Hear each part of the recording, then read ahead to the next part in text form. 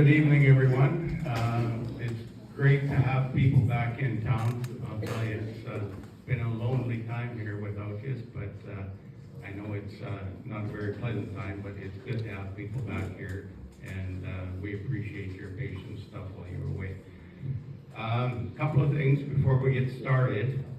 I know there's been some concerns and comments about this meeting tonight and why it was so soon. I will take responsibility for that. That was my decision. I kind of didn't think it through because I know all the people aren't here back from out of town yet, but they will be. And I've been assured that there will be follow-up meetings coming after the others get back. So, and I know there's going to be lots of questions, but as you get up and ask questions, I would appreciate if you would give us your name and which community you're from, and you can ask a question and one follow-up, and then let somebody else have their turn. You can get up again later, but let's give as many people a chance to speak as we can. So with that, I'm going to turn it over to Marlo Pritchard, who is the head of SPSA for Saskatchewan. Marlo? Excuse me, can we give a round of applause for our volunteer firefighters? Absolutely.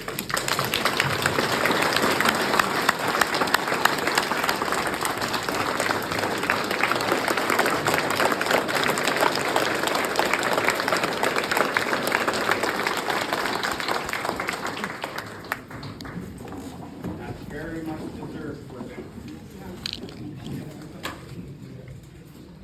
I'll echo that. The heroism that was shown by volunteer firefighters and other departments from across this province, not only in this community, Tenere Beach, but many other communities, is second to none. We worked with them, beside them, but it was all hands on deck, and it was absolutely amazing to watch the heroism and the sacrifice that everyone did to Turn the mic on. It's on. Can you hear me now? Okay, sorry, I just didn't have the mic up close enough. So basically what I was saying is, absolutely, the volunteer fire departments from Tenere, Creighton, and many of the communities from across Saskatchewan left and their homes to come and fight the wildfires and protect as many pieces of property, lives that they could, and they are absolutely heroes, and they should be acknowledged, exactly what you just said. So my name is Marlo Pritchard. I'm president of the Saskatchewan Public Safety Agency, and first and foremost, I don't understand what you're going through. I never have had that issue that happened to me or anybody I know, but I can feel for you, and I'm going to do my best to explain what went well or what didn't go well, and how we're going to make it right, and how we're going to support you moving forward. So I will just let everybody here introduce themselves, and then I'll quickly answer some of the questions that are in front of me, and then we'll open up for questions. Hi, good evening. My name is Brian Chartrand. I'm the Executive Director of Land Operations with the Saskatchewan Public Safety Agency. Can you stand? Say it again. Yes, please, stand. My name is Brian Chartrand with the Saskatchewan Public Safety Agency, and I'm the Land Ops Executive Director.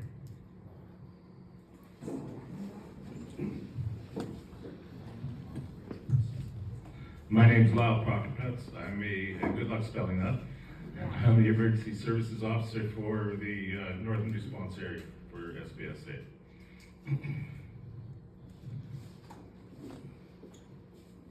Thank you, Lyle.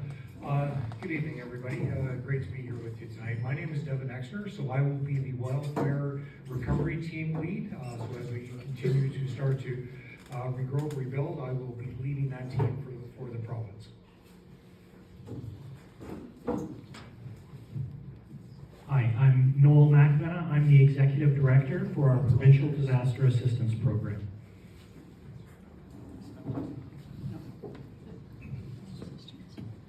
Hi everyone, I'm Aaron Phelps. I'm a Program Officer with the Provincial Disaster Assistance Program. Hi everyone, I'm Jody Rhodes. I'm part of Marlo's support team. Thanks.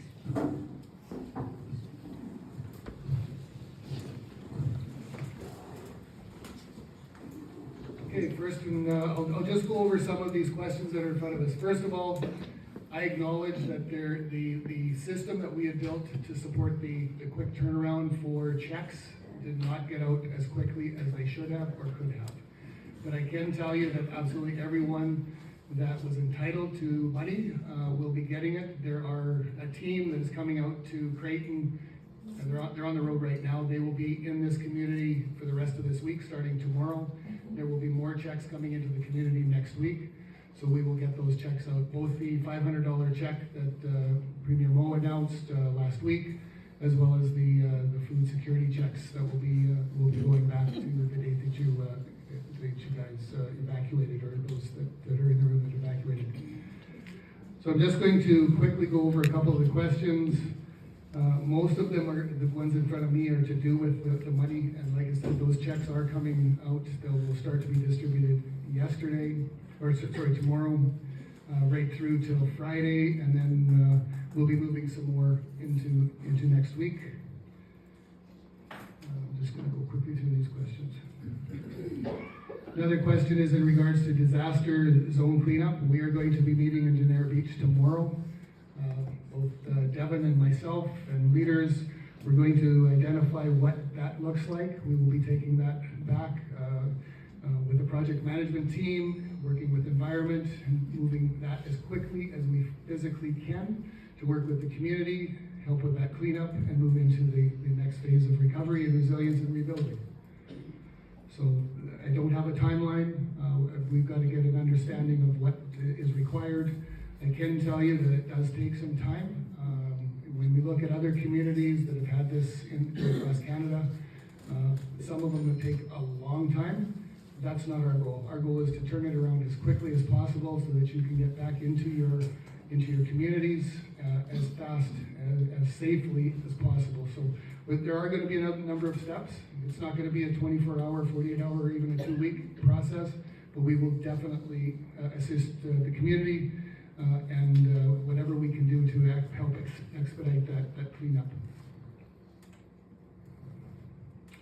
There was a question why we could not e-transfer the dollars. We did not have that ability at this point in time. It was not, we did not have, I guess it's dual or double authentication processes built into it, but it's one of those ones, can we do that in the future? And I don't know if we can, but it's one of those ones that we have to look at for expediting the process. Another question that came up here is the $15 million that was donated to Red Cross. It says, why is that not being directed to every single Sask evacuees? I can tell you right now that that program is being developed and it is designed for evacuees. So wherever that came from, that is not the case. It is designed to support evacuees and a number of other initiatives. And we will be announcing some of that specifics, or the Red Cross will be announcing that very soon.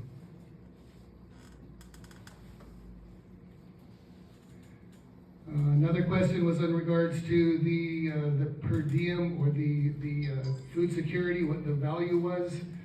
Head of households was announced $40 per head and $20 per other members of the household, to a maximum of $200. That was announced again by the Premier, and that again will be calculated to the date that you left the community. Is that per day? That's per day. Did you say up to $200? Could you repeat that? Maximum is $200, so it's $40 for the head of the household, $20 for every other person that lives in that household, to a maximum of $200. So who gets per day? Per day, like where's the maximum? Like, okay, that's $60 a day, so where's the up to 200? Oh, up to $200 a day. Sorry, up to $200 a day. So if you left for 10 days, depending on your size of your household, it could be $1,000. Could be, so it's up to $200 per day. Right. And Sorry. who said that? Because we asked and we didn't get nothing. Sorry. We did not get nothing. Well, that's what I said. The checks are coming here. So I mean, if you will get, Where? it's not to the city, to the town of Creighton. They'll be here tomorrow. To where? We don't have a post office. No, we will hand deliver. We've got people who's actually coming here to handle everything. I live 8 miles out Well, the then road. we'll figure out how to get there. So We'll one talk goes there. to Orange, No? that's where I pay my taxes. Well, we'll get your name and we'll make sure that you get your check, okay? Thank you. What about the 3 weeks, nobody had nothing? You should be ashamed, We don't seriously. want it, sorry. And why weren't you ready Don't for get this? How yelling. about that? Sorry? Why weren't you ready? What's that? What we did? Why weren't you ready? Why weren't we ready? Yeah. We were ready for a lot of things, but we were overwhelmed. Overwhelmed. So you knew May 16th there was a fire. Why was the 4 farmers sitting on the tarmac? Unmaintained. No, the No, you're bombers, no, the bombers, we utilized. That's a question and answer. We don't wanna hear No. about what you got on there. No. We wanna ask questions. That's what we're answering. There were no farmers sitting on. No, I said that there was bombers in the maintenance cycle, and again, yep, there was. How long? How long were they on maintenance for?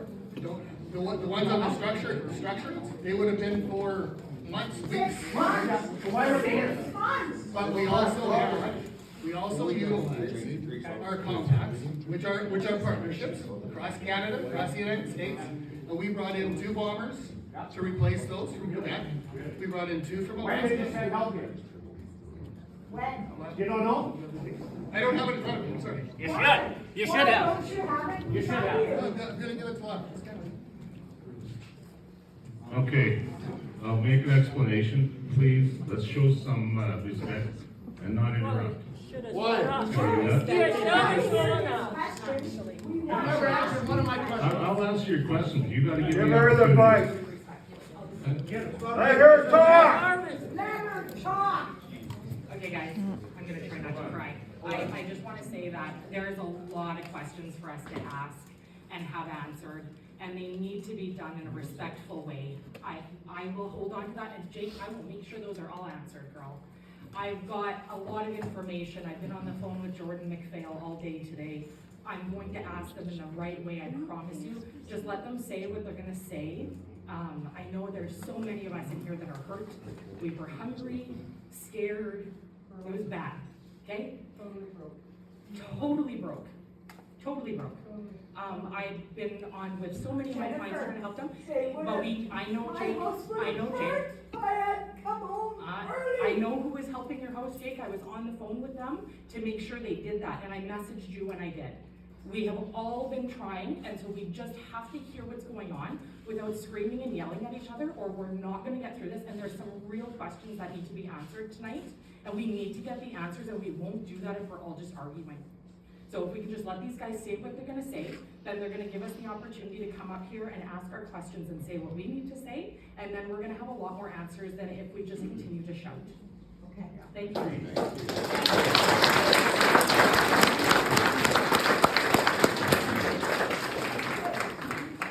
I just want to say a lot of people lost their homes.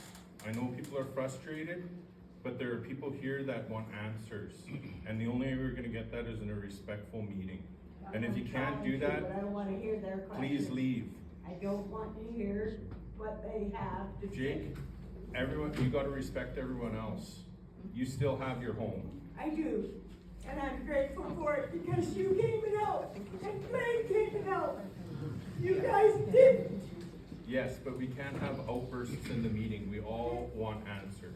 Thanks.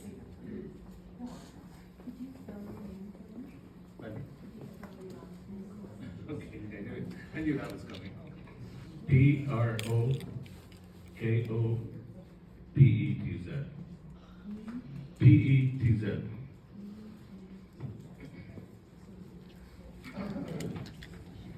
Jackie, just so you know, these questions were sent in by email from residents that couldn't be here. I understand. I don't care. Okay, let's move on. Let's move on.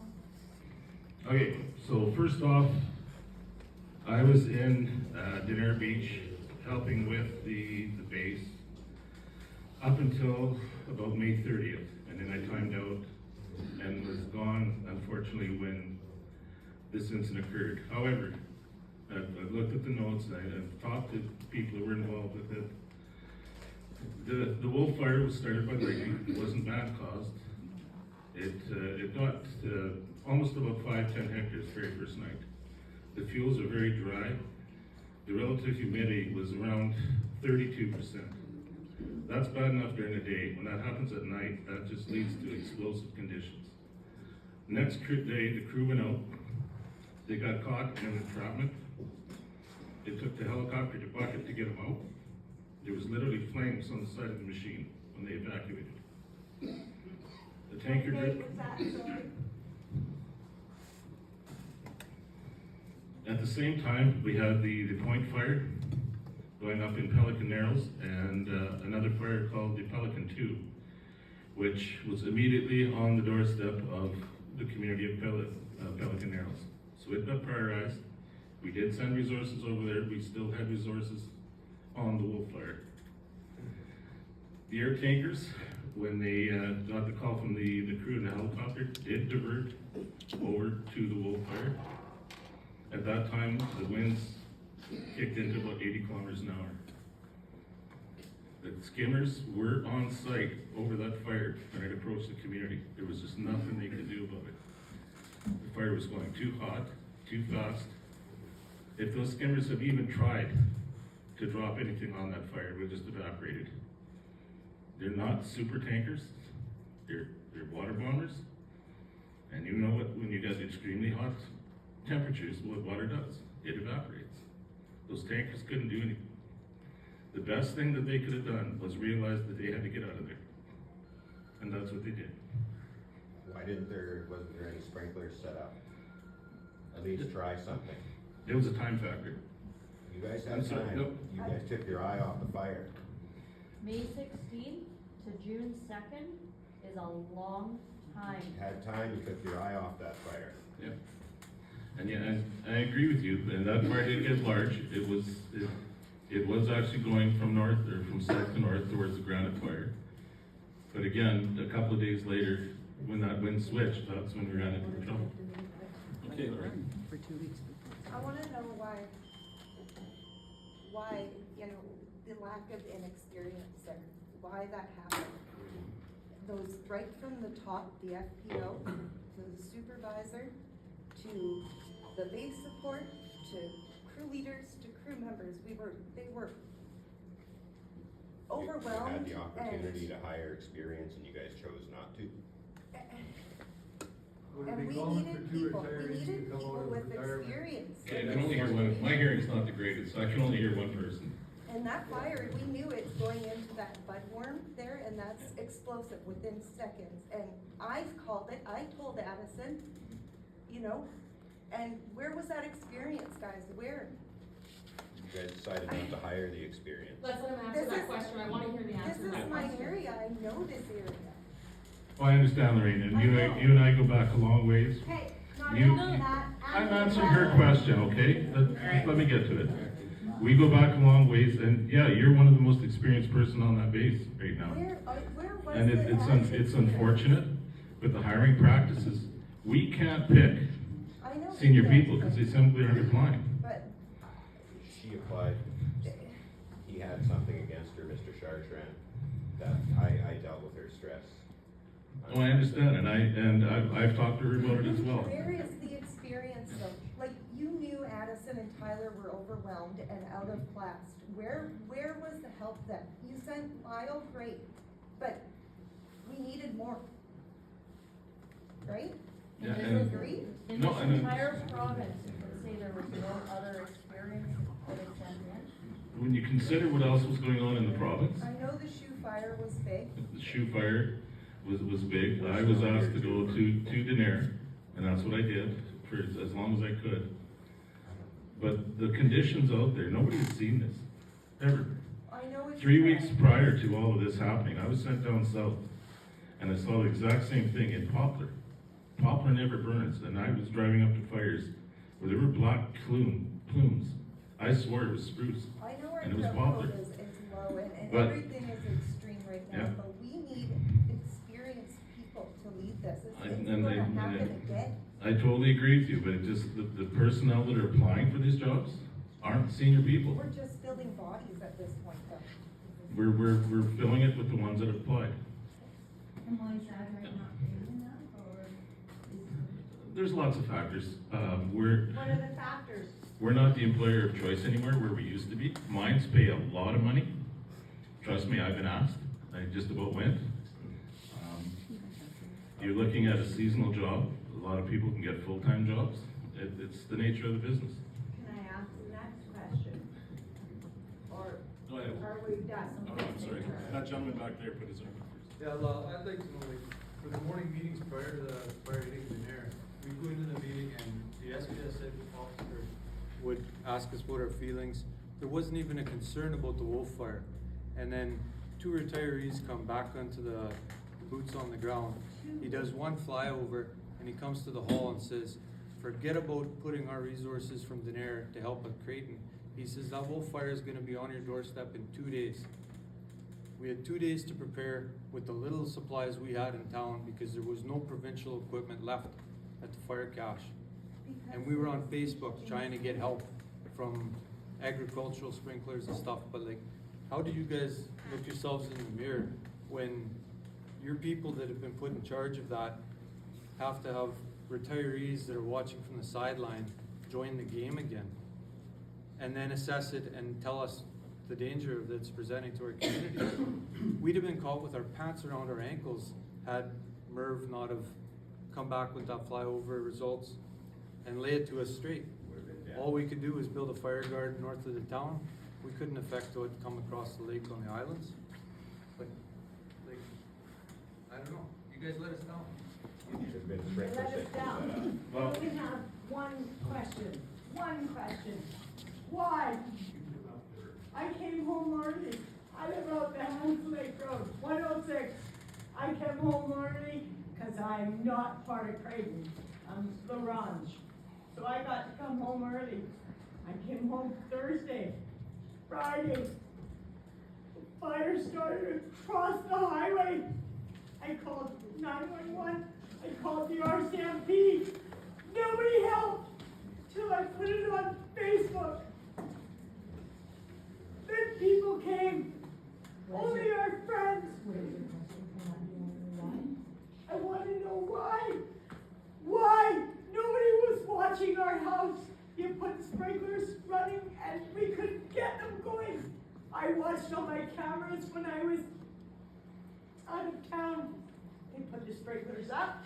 They did everything. They ran them. Question back here. Then they let them go out and nobody checked again. My neighbor, no. Can you answer the fire department member's question, please, about the retirees coming back? Why did you watch our place? You put sprinklers, and never looked again. Okay. One at a time. I'm gonna answer the other gentleman's question first in turn. And I'm sorry, I really didn't get part of it. Retirees have been brought back.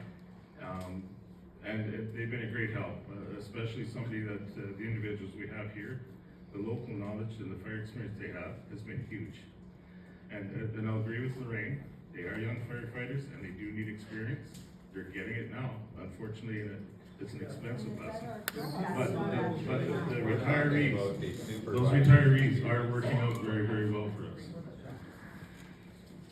I'm gonna apologize right off the bat. I was not there when this all happened. I had a window of 2 days, and that's unfortunately when I was not around. I'm just trying to go Who's your on. replacement then? Okay, I'm sorry, the one at the back? I can see your hand, I can't see you.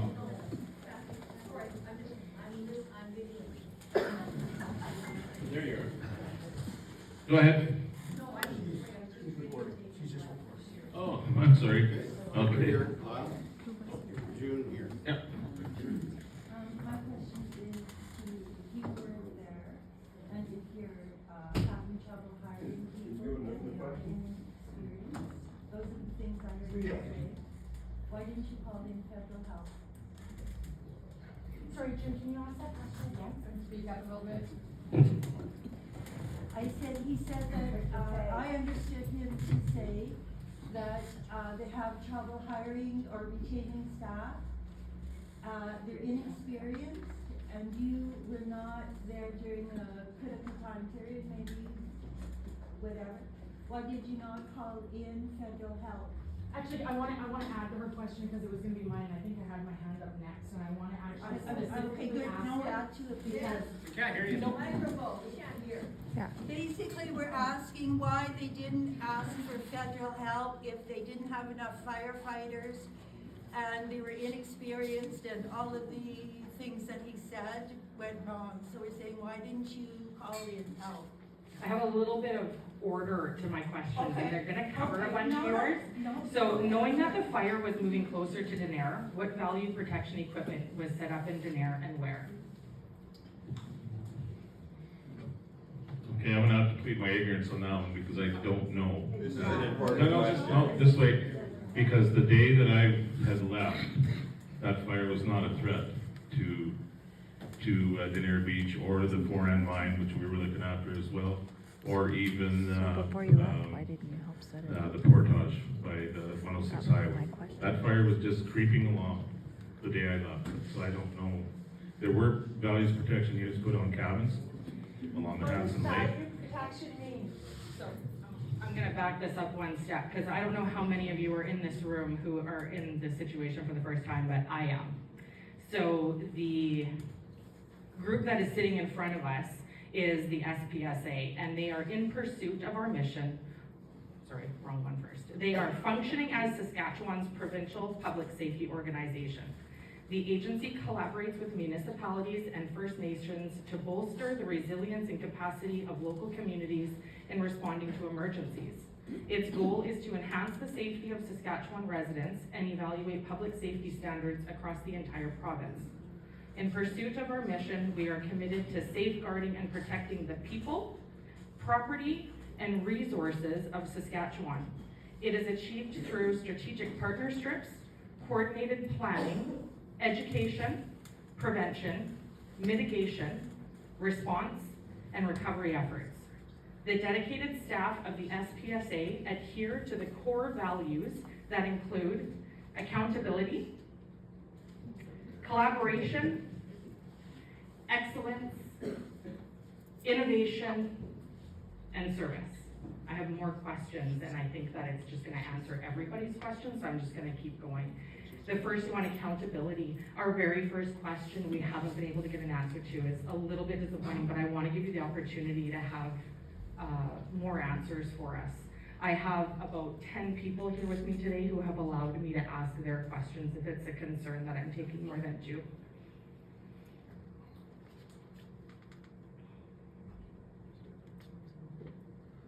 So we are not able to answer the question of which equipment was set up in where.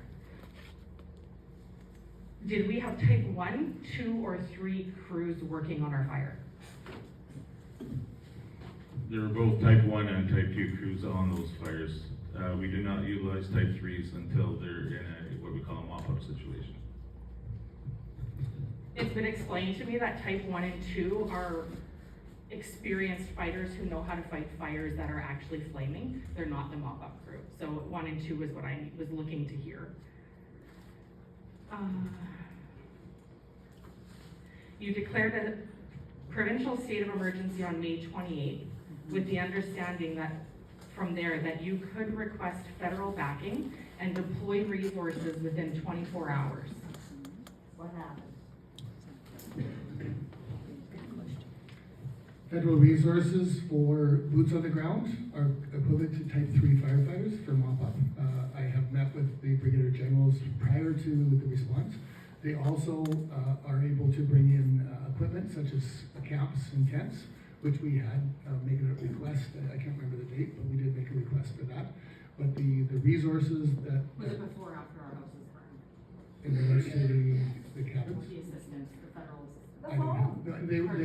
The federal, they asked for the federal assistance. I'd have to go back to the date, but it was to ask for camps, not for boots, okay, not boots on the ground, because those are type 3s. So again, as Lyle said, we don't use them until mop-up, so because it was extremely volatile, and that is not their primary mission.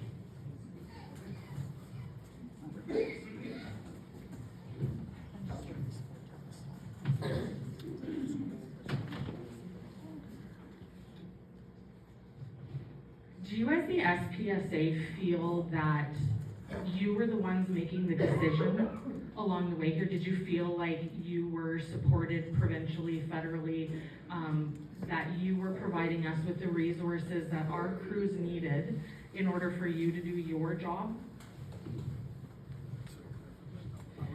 Did you guys have the capacity, the resources, and the power to make these decisions and get us the resources we needed? I would say yes. And the reason I say yes is we had provincial support. We had an organizational structure that counted on the compacts. So a lot of the work that is done prior to the season or prior to a fire breaking out is we have agreements across all of Canada, into the States, into Australia, into Mexico. So we have the ability to bring in resources. Planes, you heard me talk about bringing in water bombers, bringing in retardant tankers, bringing in water bombers from BC. We also brought in boots from the ground, on the ground for a number of different from provinces, from down in the States. So yes, we were supported for the resources that we need.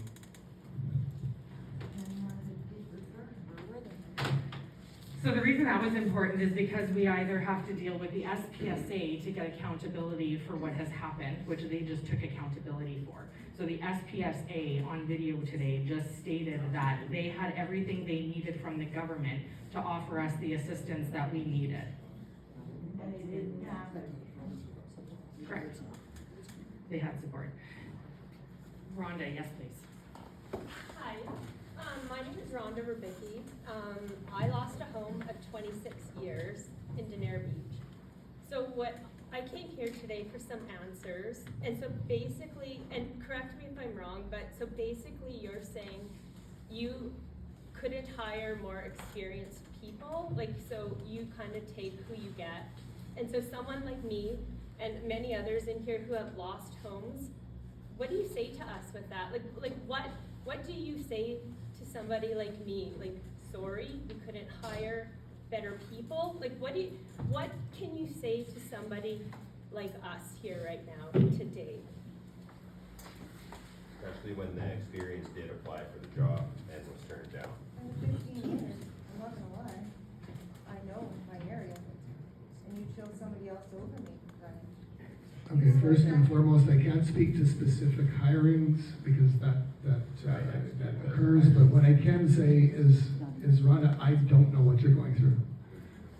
But I want to try to put as much resources in together from across government to help rebuild your life and your community.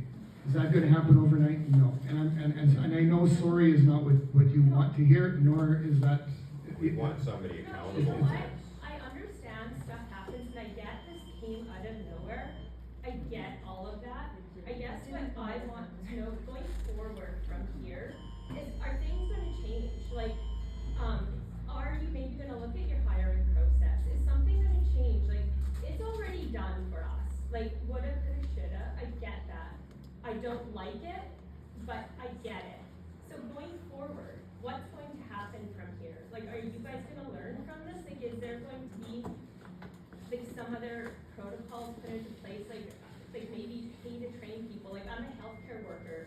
We're always looking for people. Like, you know, like, so we're lobbying the government. We need to start maybe paying more people to go to school to get more people. Like after seeing this, like what is going to happen from this? Like we can't go back. Going forward, how are we going to prevent this? This could happen again later this summer, right here. Absolutely.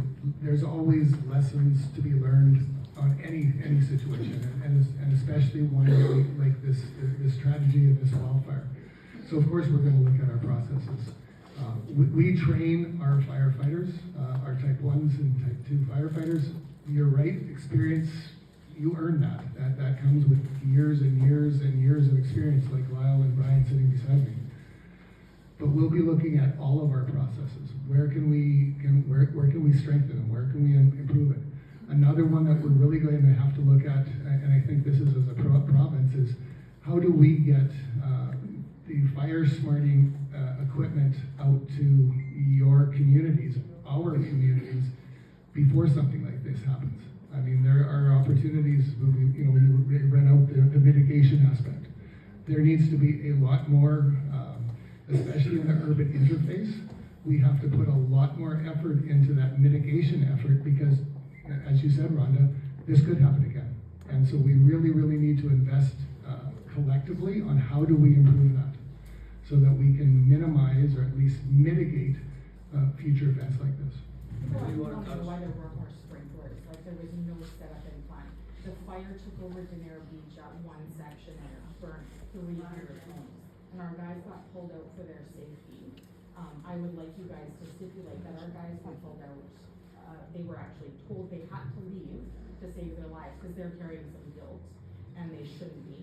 And there was nothing in our community for them to even set up on to slow it down. Like my house was on 9, the fire ended on 8. There's no reason my house needed to burn, nor about 10 blocks moving that way. There was no resources. Why weren't those resources there?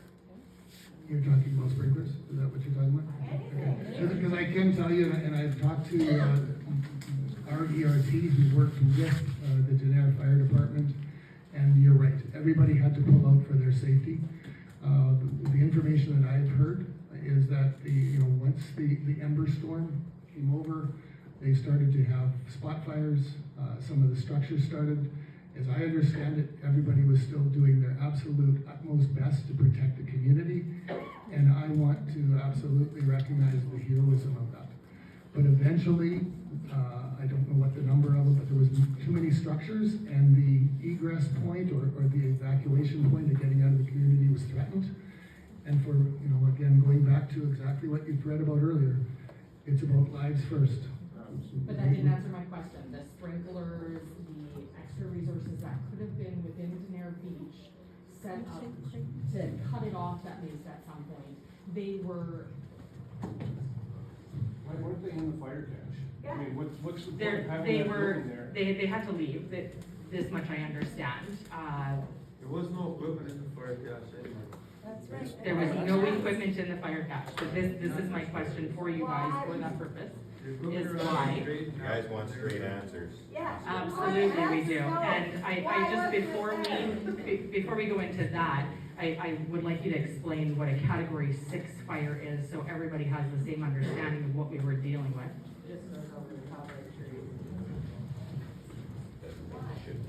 So category 6 fires, rank 6 fires, that's the highest rating of any fire we have. The intensities are similar to what you see in a hydrogen bomb. Air attack, any kinds of means of direct attack is lethal. You cannot go anywhere near that fire. And the only means you can do is basically indirect attack from a long, long ways away, long-term planning.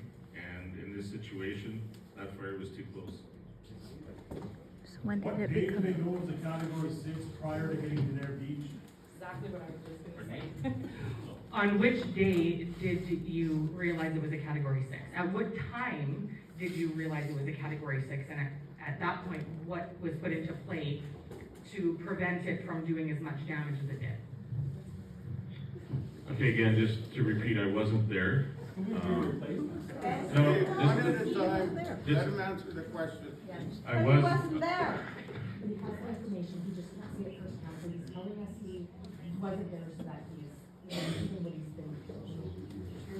So the information I got is when it hit the island, that's when they knew that they were in trouble, and then they already started egressing from the community, What is egressing? leaving.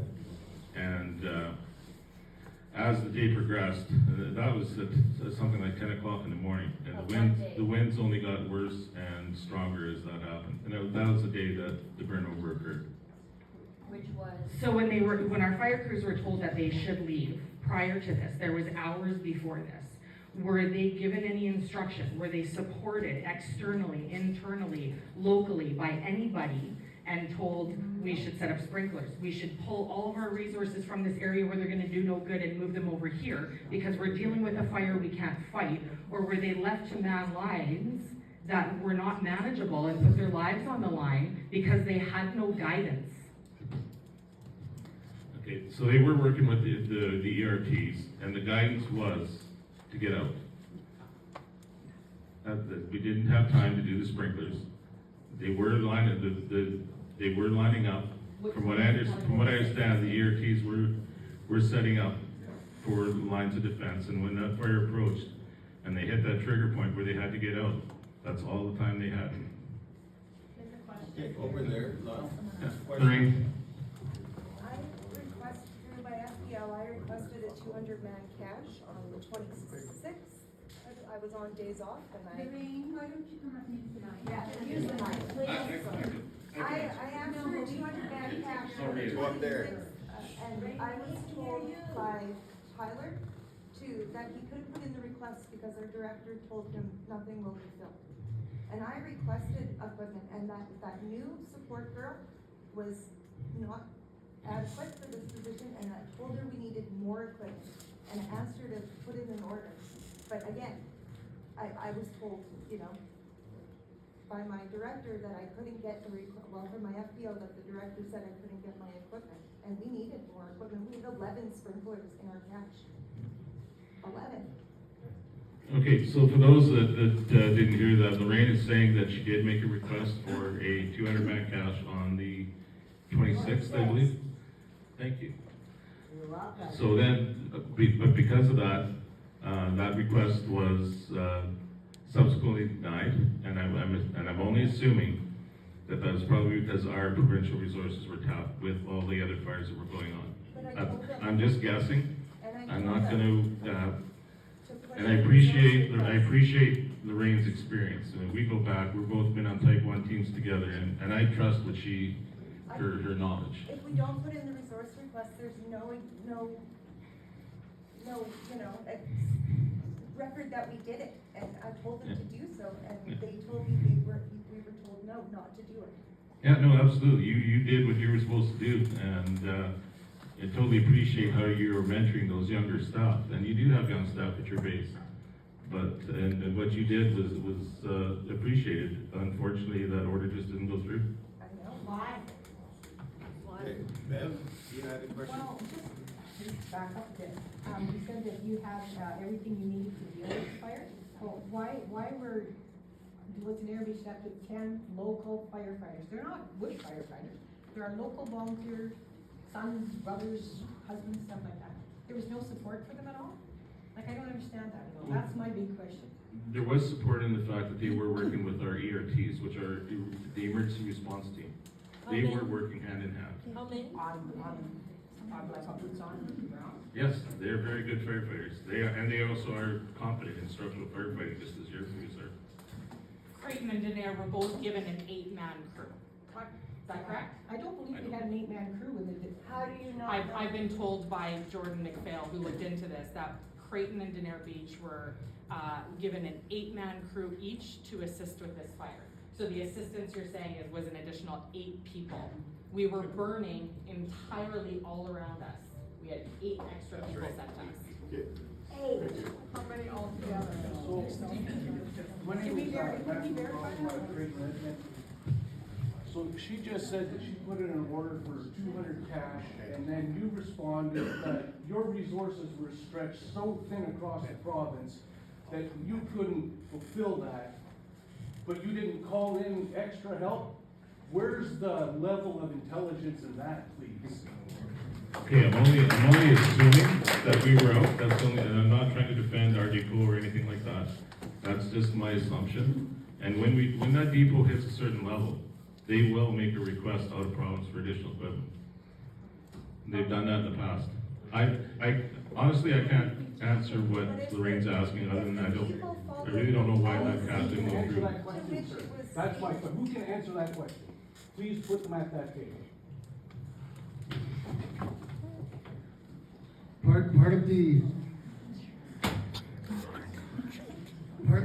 Part of that answer will have to be looked at as part of the review process.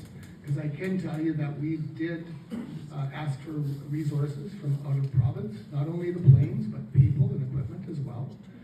But I do not have that in front of me right now, but I mean, that will be part of, you know, to Rhonda's comment earlier, part of that review. If there was a request, you know, from Lorraine, where did it go? Why didn't it get to the people, and could have it been filled? And I don't know if it could, because we were not the only province that had fires at that point in time. So, you know, but, you know. Can you assure us that you'll have these answers the next time you come? I can definitely look into these, absolutely. Is somebody taking notes tonight? Is there gonna be another meeting? I promised his worship, Bruce, that we will have another meeting, absolutely. Okay, Bev, you want to finish up? Just, can someone from the Denver Beach Fire Department verify how many people were on the ground? I would like to do that. Thank you. Thank you, Stephen. Stephen Harrison with the Denver Beach Fire Department. We never got your guys' help, your crews, until the day of the fire. Before that, we were sourcing our own sprinklers, breaking into businesses with permission to build our own sprinklers. Like, we had nothing. We didn't even have a bulldozer. Like, we're structure firefighters. We're not wildland firefighters. And we were left hanging until the day of the fire. And then you guys sent resources. What did they send that day? We had a couple water bombers that I seen, and they sent a couple other fire trucks and some type 1 and 2 firefighters. The type 1 and 2 firefighters walked around, and they're responsible for any spot fires. We were responsible for the structure fires. The resources that we had were insufficient to battle even the spot fires. The areas that we had to patrol were too big for the crews that we had. We didn't even have sprinklers set up on houses. When Creighton, they had way more resources. They had sprinklers. They sprayed the houses with fire retardant. Where was that for us? I would like to know where that was. And I would also like to know who is in charge of the public works in Denair, of the water system, the day of the fire. Was that SPSA or was that Denair? It wasn't SPSA. It would not have been SPSA. Okay, thank you. And where was the rest of our help?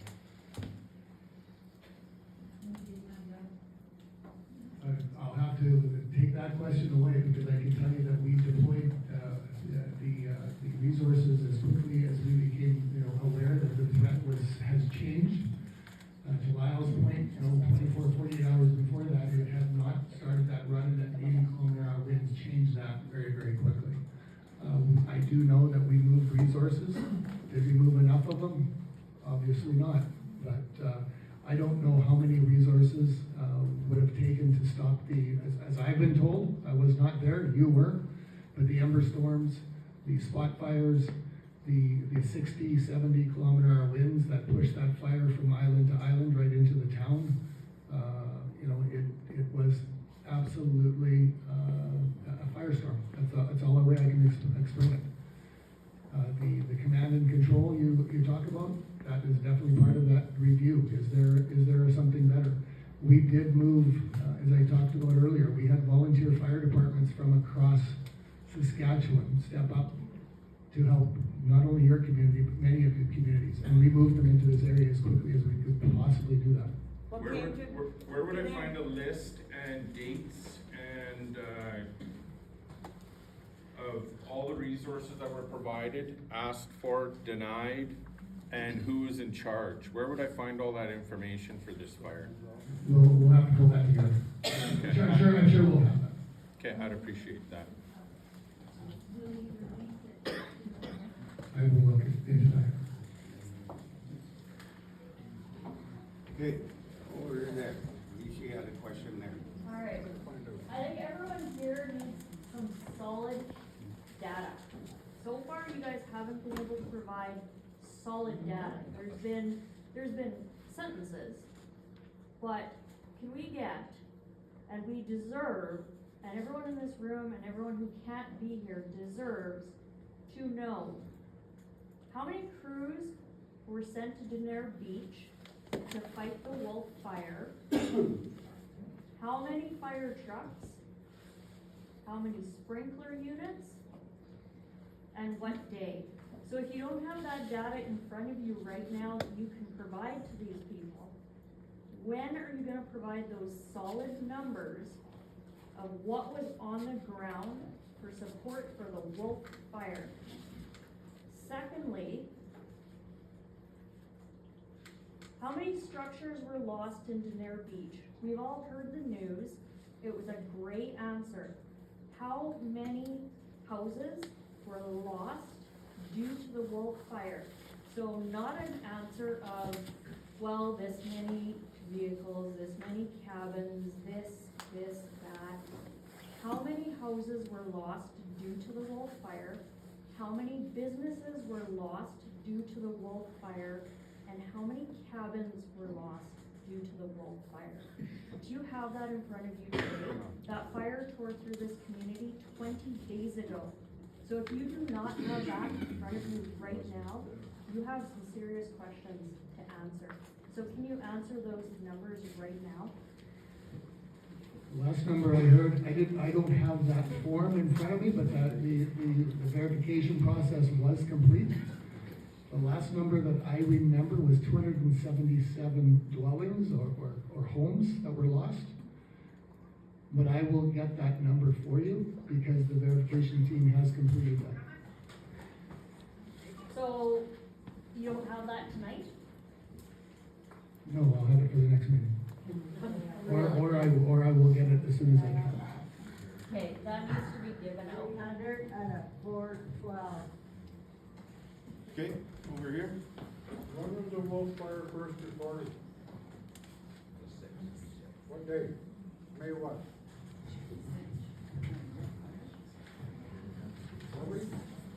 Should know that right away. You should know that. Why do you not know that? You're hard to hear. He asked what date the whole fire was. First reported. What day? It was in May, and again, I can't remember the exact date. But no, this way, we have records of that.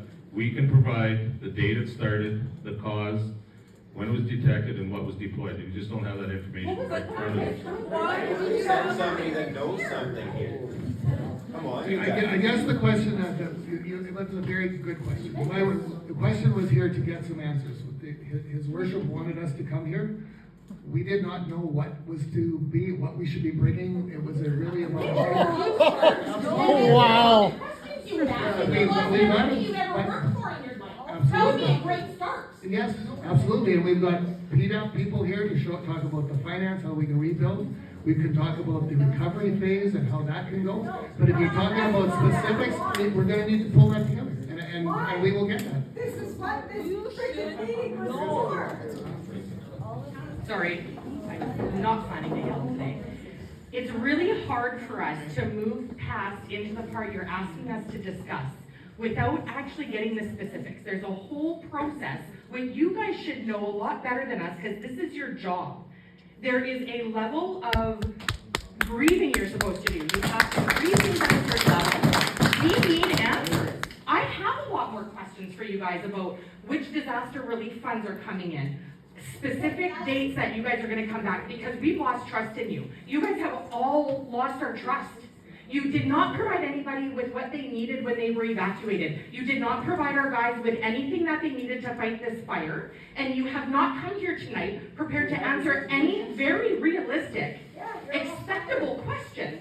And it really leads us to believe that this is a joke to you. Class action law. And it really does, though. I'm telling you, it does. So how do you understand? Totally understand where you're coming from. Because I did not, it's not we, I did not come prepared to answer the data-driven questions. I'll be the first to tell. So that's my mess, not theirs. No, that's fine. This was a conversation with His Worship and I. Would I be willing to meet with the community tonight? Because absolutely, I'll meet with the community any night. That is who I am. But I did not anticipate data-driven questions, and you're dead on. But that is part of the grieving process. So but we can get every one of those, and we can set up another meeting, and absolutely, we can put it all together. We need to, I think moving forward, and anybody else, please come up here, you need to. I think we need to get a date for our next meeting so that we all know what we have to expect moving forward. And we need to have solid questions put into place before we leave here. I would kind of like to hear what he has to say about what they're going to offer us moving forward. He's kind of answered the question about what we're going to get for funds, how much we're going to get for the evacuees, that the $500 is coming. I think that resolves anything, if I'm not mistaken, for the evacuee portion. Yes. No, but it's not saying they don't. I'm saying that we got to make sure that we have certain answers here before we leave tonight. What day was it reported? This What guy- day was the Wolf fire reported?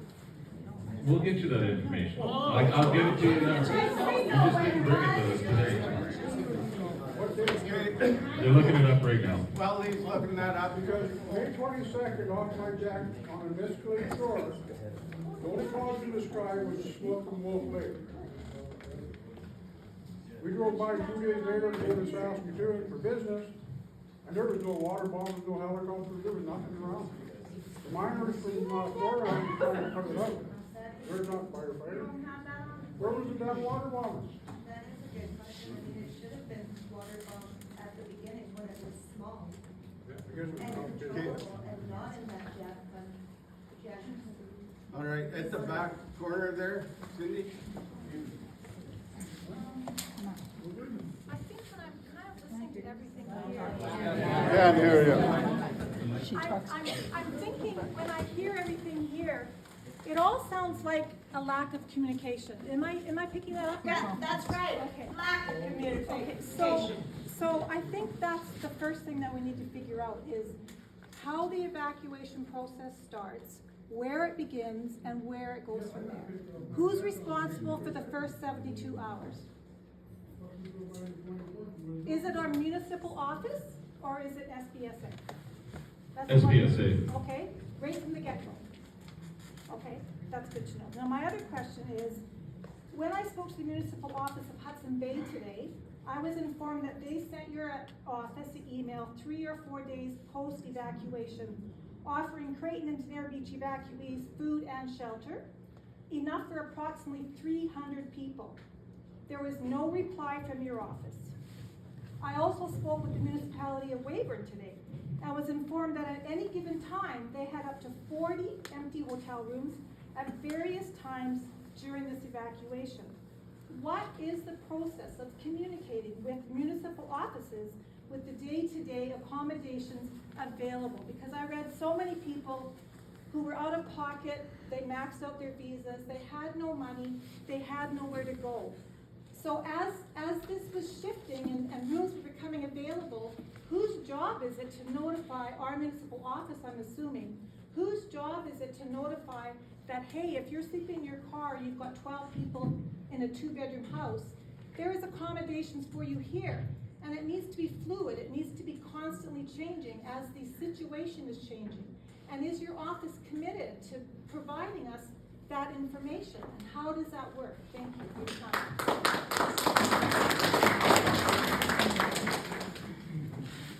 Yes, it's the Emergency Crisis Support Unit within SPSA that manages, coordinates, and communicates those hotel rooms. Obviously, I did not do well enough because, the aspect about hotel rooms being available. I can tell you the ones that registered with us or the Red Cross. I mean, there's third party. Communities can choose third parties if they're going to support. But to that point, community. No, go ahead. Sorry.